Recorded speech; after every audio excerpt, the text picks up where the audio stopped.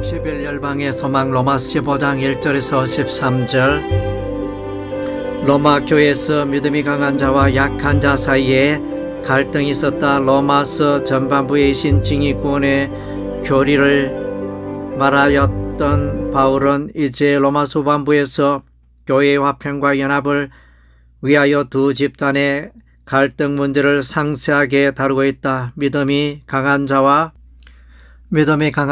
믿음이 약한 자의 약점을 받아줘야 한다. 지금까지 언급한 강한 자가 약한 자를 받아주며 정죄하지 말아야 할 이유를 네 가지로 말할 수 있다. 첫째로 예수 그리스도께서 믿음이 약한 자의 주인이시기 때문이다. 그 약한 자의 허물을 심판하실 분은 오직 예수님이시다. 그러므로 강한 자는 판단하는 일에 나서지 말아야 한다. 둘째로 비록 믿음이 약하여 온전한 모습이 보이지 않더라도 그 영혼은 예수 그리스도의 핏값으로 산바가 된 소중한 존재이므로 함부로 판단하는 일은 피하여야 한다. 셋째로 예수께서 약점이 많은 죄인들을 그 모습 그대로 받아주는 일에 본을 보였기 때문이다. 믿음이 강한 자는 예수님의 받아주심에 주목하고 그 자취를 따라야 한다.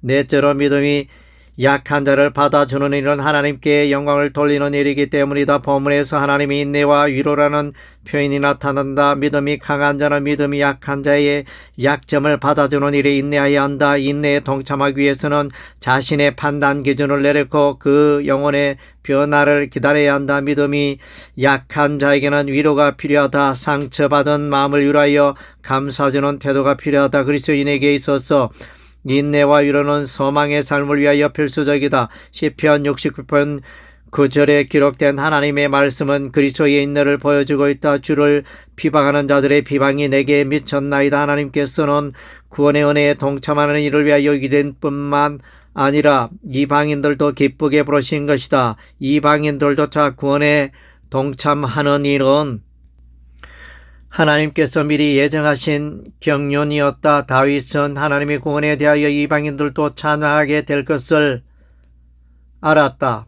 모세는 신명기 32장 43절에서 열방 민족들이 주의 백성과 함께 절거하게 될 것을 예언하였다. 성령에 감동된 자는 시편 117편 1절에서 모든 나라들아 여호와를 찬양하며 모든 백성들아 여호와를 찬양하라고 말한다. 이사야 선지자는 이새의 불이 그리스도께서 열방을 다스리며 열방에게 소망이 되실 것을 말하였다. 유대인들은 이방인들의 구원을 못마땅하게 여겼으나 그것은 하나님의 본심이 아니었다. 열방 민족들이 그리스도로 말미암아 하나님의 구원에 동참하는 것은 오래전에 하나님의 구원의 경륜이었다. 아브라함과 모세와 다윗과 이사야는 열방 민족들이 하나님의 구원에 동참하는 것을 내다보고 있었다. 바울은 이방인들을 받아주시는 그리스도의 본을 말하면서 로마 교회가 이처럼 유대인들이 이방인을 받아주며 믿음이 강한 자가 믿음이 약한 자들을 받아줄 것을 명령하고 있다. 바울은 이러한 일의 본을 보이고 있다. 유대인들에게 내가 유대인과 같이 된 것은 유대인들을 얻고자 하며 율법 아래에 있는 자들에게는 내가 율법 아래에 있지 아니하나 율법 아래에 있는 자같이 된 것은 율법 아래에 있는 자들을 얻고자 하며 약한 자들에게 내가 약한 자와 같이 된 것은 약한 자들을 얻고자 하며. 로마 교회에서 유대인들과 이방인들이 서로를 받아주고 하나님의 인노와 위로를 가지고 하나로 연합되는 일은 바울의 간절한 기도였고 복음에 합당한 삶이었다. 62 바울의 성경 로마서 15장 14절에서 21절. 바울은 로마 교회를 향하여 복음과 율법을 말한 후에 믿음이 강한 자와 믿음이 약한 자 사이의 교회의 분장을 말하였다. 여기에서는 로마 교회의 강점을 말하며 분위기를 반전시키고 있다. 바울은 로마 교회에 선함이 가득하며 하나님에 대한 지식이 풍성하다고 칭찬하였다. 이는 로마 교회가 선교적 차원에서 상당하게 기여할 수 있다는 가능성을 말한 것이다. 여기서 바울은 그의 선교관을 잘 드러내고 있다. 바울은 이방인의 사도로 부름을 받았다. 유대인들뿐만 아니라 이방인들을 구원하는 것은 하나님의 경륜이었다. 때가 되면 주께서 바울을 부르신 것이다. 그는 아시아와 유럽에까지 복음을 전하였다. 그가 이시엔칭의 복음을 전하는 것을 방해하는 유대인들이 있었다. 그러나 그는 계속하여 그리스도의 구원의 복음을 전파하였다. 바울은 자신을 복음의 제사장이라고 소개한다. 복음 전도를 통하여 영혼을 주께로 인도하는 일에 대하여 바울은 이방인을 제물로 드린다고 표현하고 있다. 잃어버린 한 영혼이 주께로 돌아오는 일은 하늘에서도 환영하는 일이다. 구약의 제사장이 화목제사를 통하여 하나님과 교통하듯이 신약의 복음의 제사장은 전도로 하나님과 사람을 화목시키는 일을 하는 것이다. 바울은 성령의 능력으로 전도하였다. 바울이 그브로의 바보에서 서기오 바울에게 전도할 때 방해하는 마술사 엘르마를 성령의 능력으로 물리쳤다. 루스드라에서 앉아 지내며 걷지 못하는 자에게 바울이 말하여 일어나 걷게 하였는데 이는 성령의 권능이었다.